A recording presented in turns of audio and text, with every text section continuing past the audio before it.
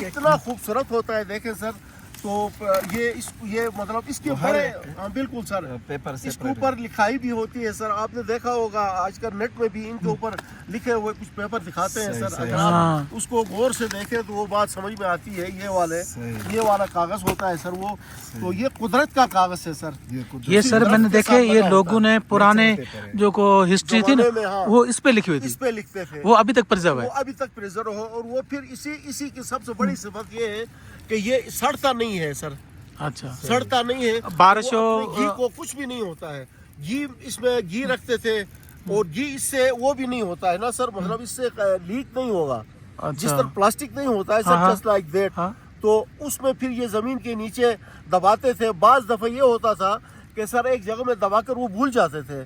تو 50-60 سال کے بعد جب وہ نکالتے تھے تو وہ گھی عجیب قسم کا ایک بن جاتا تھا جو اتنا کھٹا ہوتا تھا کہ ہم لوگ تو اس کو سن بھی نہیں سکتے تھے کھانے کے بعد. اچھا تو سے یہ سر ہماری پرانی وہ روایت تھی. جس طرح سر یہاں کی ایک نلمگر میں مرحوم اس نے سر اپنا طارق عزیز صاحب نے ایک کوشچن کیا تھا کہ دنیا کے اس علاقے کا نام بتاؤ جہاں لوگ سڑا ہوا گوشت کھاتے ہیں. اس کو ہم سر اپنی زبان میں نسالو کہتے ہیں.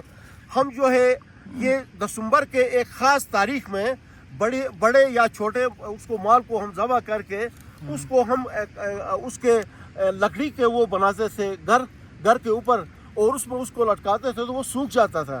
تو اس میں ایک ہمیں تو وہ خوشبو ہوتی تھی لیکن دوسرے لوگ اس کو بدبو سے تعبیر کرتے تھے. تو وہ پھر سردیوں میں وہ مزے کے ساتھ وہ پورا سال جو ہے وہ گوشت چلتا تھا. خاص طور سے یہ جو ربس ہیں یہ ربس تو وہ